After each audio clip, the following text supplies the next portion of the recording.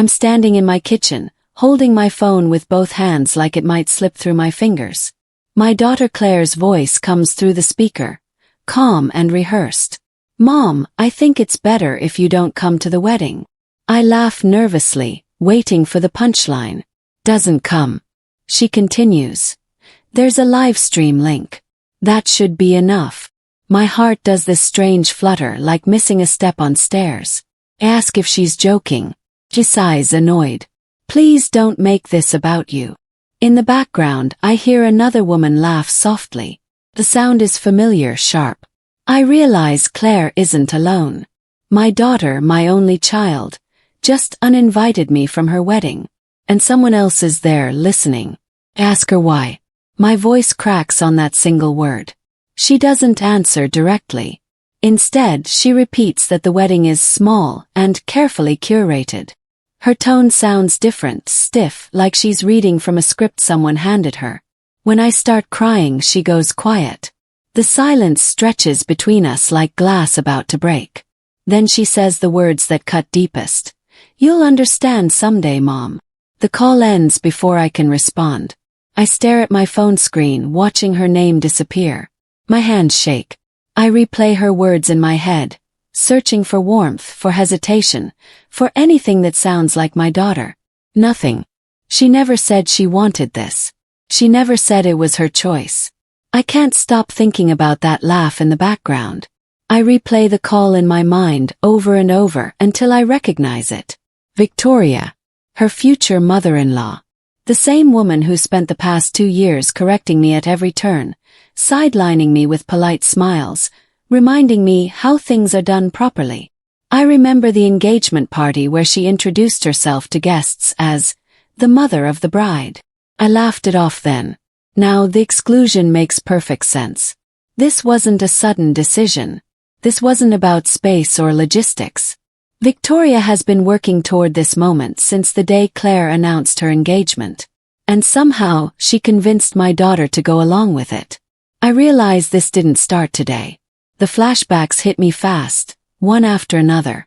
The dress shopping trip I wasn't invited to because it was last minute. The cake tastings scheduled during my work hours. The subtle comments about my taste being too sentimental, my budget being modest, my emotions being a bit much. Every time I brushed it off. I told myself to keep the peace, to not make waves. Claire was happy, and that's what mattered. But now I see the pattern. I wasn't forgotten. I wasn't accidentally left out. I was systematically removed. Each small exclusion was a test, pushing me further to the edges of my own daughter's life. And I let it happen. I stayed quiet, smiled through it, and told myself I was being mature. 3 days later, my cousin Angela quietly forwards me an email. No explanation, just the subject line. Seating chart final. I open it with trembling fingers. I scroll through the names, searching for mine. It's not there.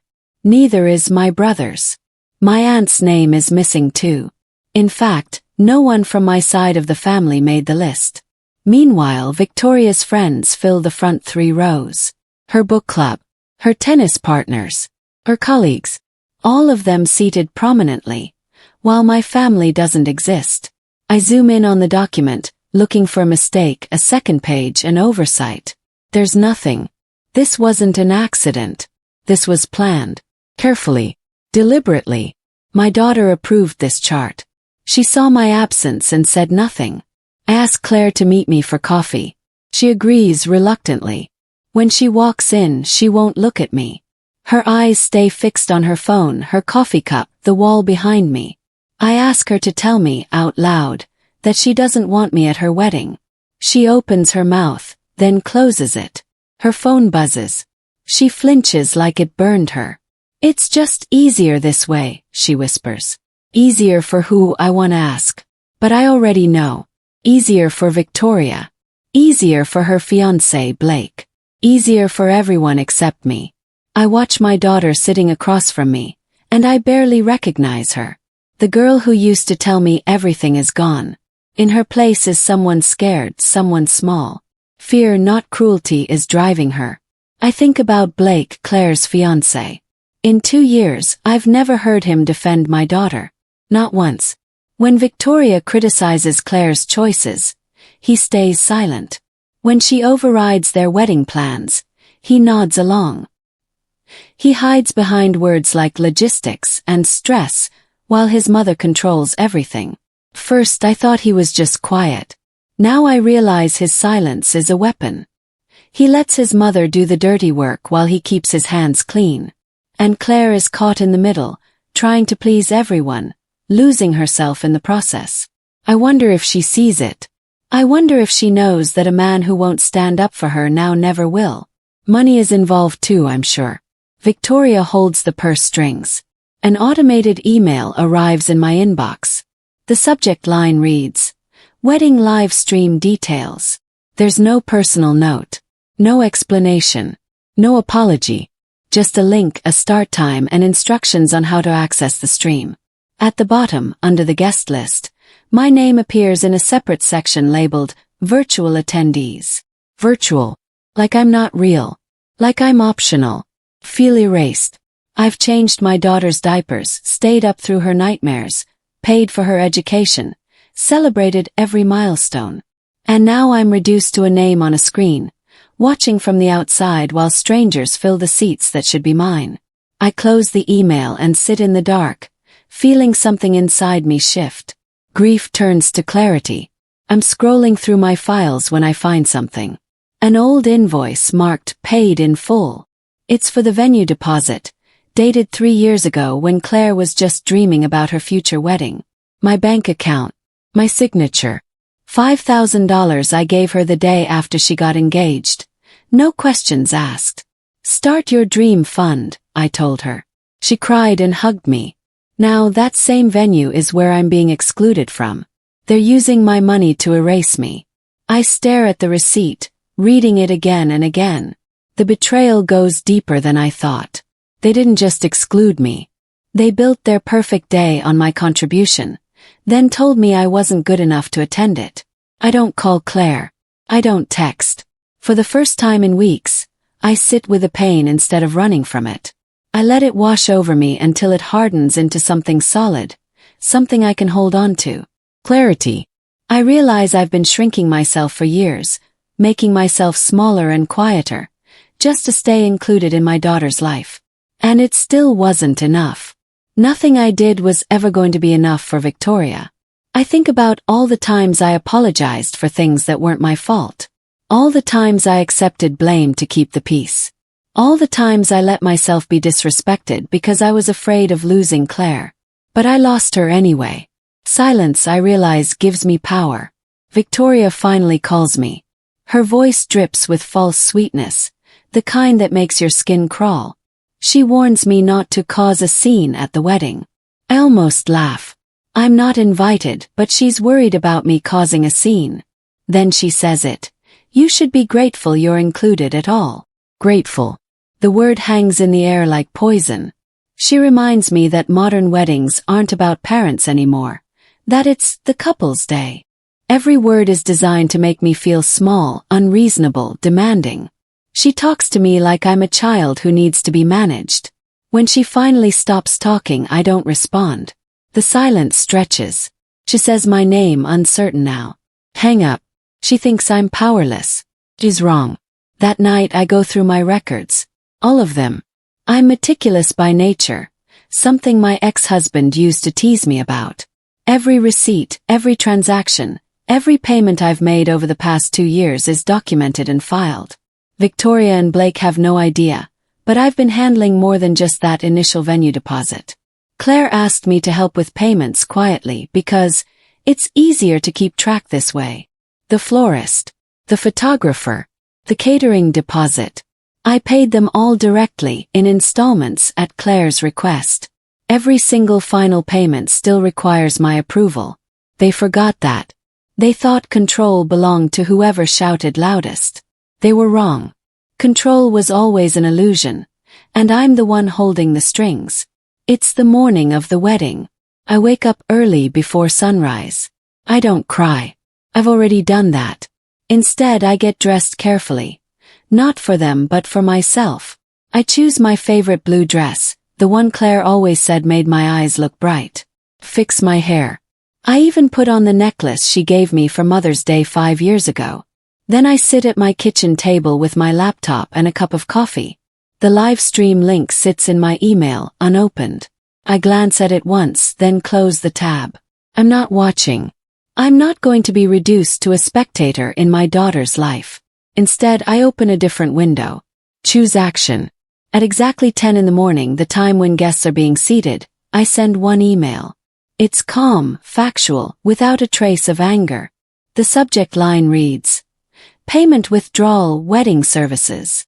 I attach every receipt, every payment confirmation, every contract signed in my name. I explain briefly that I'm withdrawing financial support due to being excluded from the event I funded. I CC the vendors, the florist, the caterer, the photographer, the venue coordinator. I also CC my brother and aunt, the family members erased from the seating chart. No insults, no dramatics, just truth. I include a screenshot of the seating chart with my absence highlighted. I hit send and close my laptop. Truth I know spreads fast. My phone starts ringing within minutes. I silence it. I imagine the scene at the venue. Phones buzzing. Payments bouncing back. The florist pausing mid-arrangement, checking her email. The venue coordinator approaching Victoria with a tablet, asking for clarification. Guests arriving, confused by the tension in the air. Victoria's face draining of color as she realizes what's happening. Blake stammering, trying to fix something he doesn't understand. The whispers starting. Did you hear? The mother of the bride. All the payments. I picture the chaos blooming like wildfire, spreading from vendor to guest to family member. The ceremony, I imagine, stops. Or maybe it never starts. Either way, the perfect day Victoria orchestrated is crumbling. Claire calls me. She's sobbing, her words barely understandable through the tears. Mom, what's happening? Why didn't I know? Her voice is pure confusion and betrayal. For the first time in months, she sounds like my daughter again. I tell her everything. Slowly, gently. I explain every payment I made, every receipt I saved, every time I was excluded while my money was welcomed. I tell her about the seating chart, about Victoria's phone call, about being reduced to a live stream viewer. Don't yell. I don't accuse her. I just tell the truth. When I finish, there's silence. Then she asks, why didn't you tell me before? My answer is simple. Would you have listened? Another long silence. Then, I don't know. Her loyalty, I sense, is shifting. An hour later, Claire calls again. Her voice is different now, harder. She confronted Blake. I can hear the anger beneath her words. He knew, she says. He knew about all of it. Payments, the exclusion, everything. I'm not surprised. What did he say? Yes. She takes a shaky breath. He didn't deny it. Didn't apologize. Just shrugged and said, this didn't have to be dramatic. My heart breaks for her. This is the man she was about to marry. This is who he really is when the mask slips. What are you going to do? Ask quietly. She doesn't answer right away. I can hear her breathing, thinking. Finally, she says, I need to go. For the first time, she sees him clearly. The wedding never happens. The officiant leaves when the payments don't clear. Guests disperse, some confused, others whispering about drama. The live stream never goes live. Victoria storms out of the venue, her face red with humiliation, shouting at staff who no longer care. Blake follows behind her, silent as always. Claire stands alone in her wedding dress, makeup ruined, bouquet wilting in her hands. My brother texts me a photo someone took. She looks lost. The event Victoria spent months controlling collapses in less than 2 hours.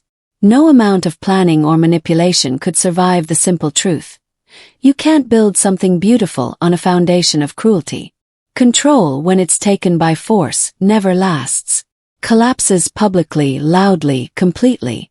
That evening my doorbell rings. I open it to find Claire standing there, still in her wedding dress. Her makeup is streaked down her face, her eyes red and swollen. She's holding a small suitcase. For a moment we just stare at each other. Then she asks, her voice breaking, "Can I stay here tonight?" I don't say anything. I just step aside and open the door wider. She walks in, drops her suitcase in the hallway, and collapses onto my couch. I sit beside her and pull her into my arms. She cries into my shoulder the way she used to when she was little and the world felt too big. I hold her and say nothing. Words can come later. Right now she just needs to know I'm here. Healing begins. Over the next few days, Claire stays with me. Really talk for the first time in years. She admits she was scared. Scared of losing Blake's money.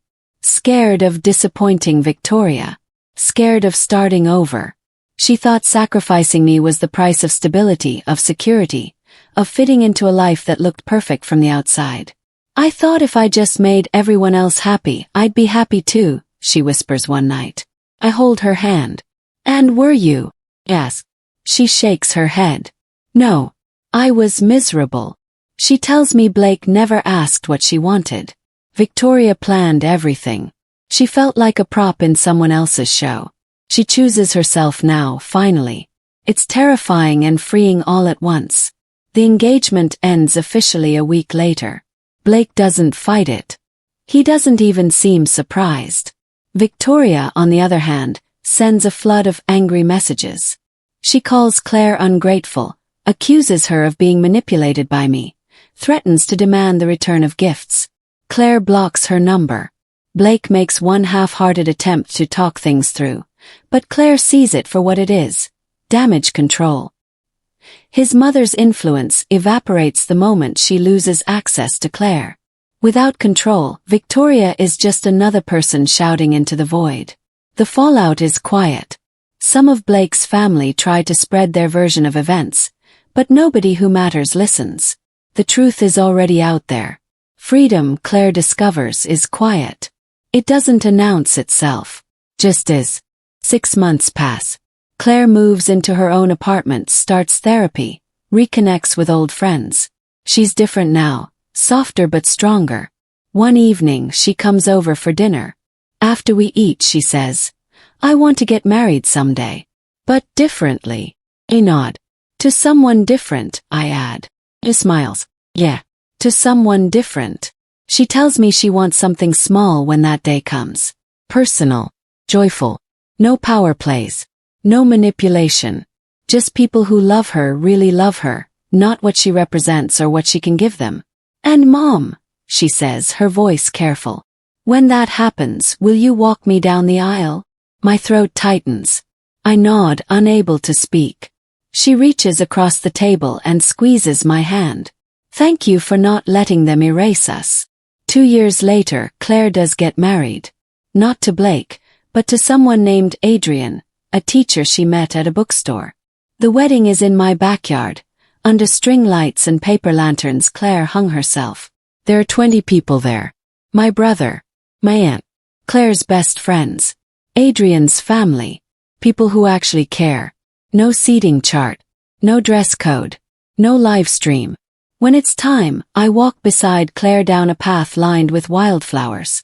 She's wearing a simple white dress she bought off the rack. She looks radiant.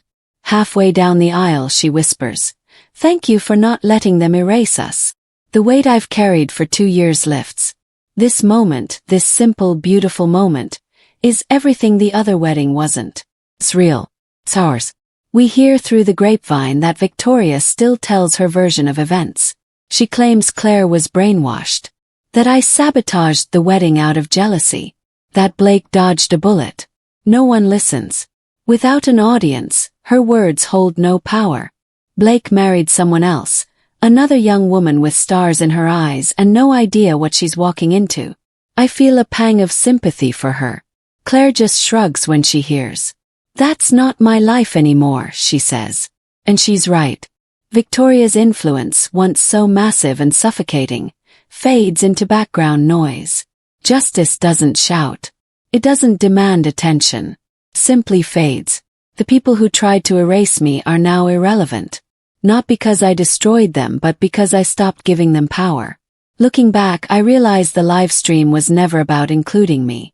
It was about silencing me. It was a way to shove me aside while maintaining the appearance of kindness. See, she can still watch. We're not excluding her. But by refusing to be a silent observer, by refusing to accept erasure, I gave my daughter her life back. I showed her that love doesn't ask you to disappear. That real family doesn't make you choose between yourself and belonging. The live stream link still sits in my old emails, unopened. Sometimes I think about clicking it just to see. But I never do. I don't need to. I was never meant to watch my daughter's life from behind a screen. I was meant to stand beside her. They thought a screen would keep me quiet. Instead, it showed me everything.